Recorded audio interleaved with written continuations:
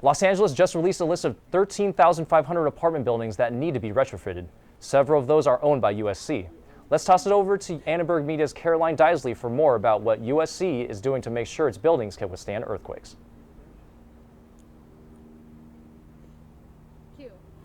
Thanks, Daniel. I'm here outside Century Apartments, one of the complexes that was listed on the LA Times report that said it's not safe if there were to be an earthquake, according to the new earthquake standards.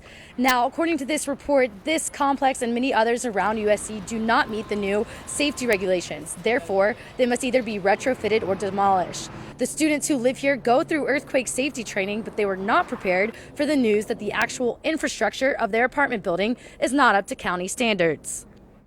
It just makes me wonder if, the guidelines that we're telling people are as accurate as they should be, because I want to make sure that the residents know exactly what to do in the event of an earthquake.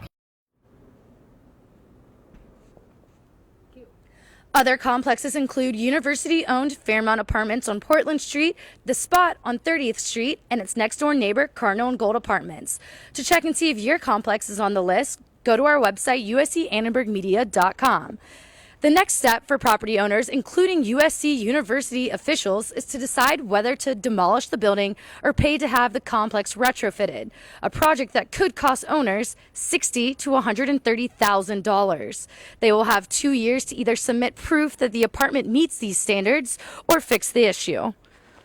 So the fixes are actually relatively straightforward. The main issue is that somebody has to do the work who's a professional, and professional work costs money, and people just don't want to spend the money on it. Some apartment buildings have already made this simple but costly fix, so some officials argue that the report in the LA Times isn't necessarily 100% accurate. Basically, in buildings, a lot of them were inaccurate on the LA Times list in the past. A lot of those buildings didn't even exist, never existed. Several of those buildings had already been torn down and new buildings have been built. But I do know that the university is very proactive.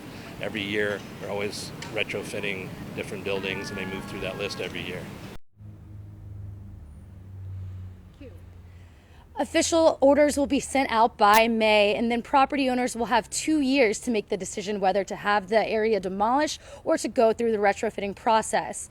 Back to you in the studio.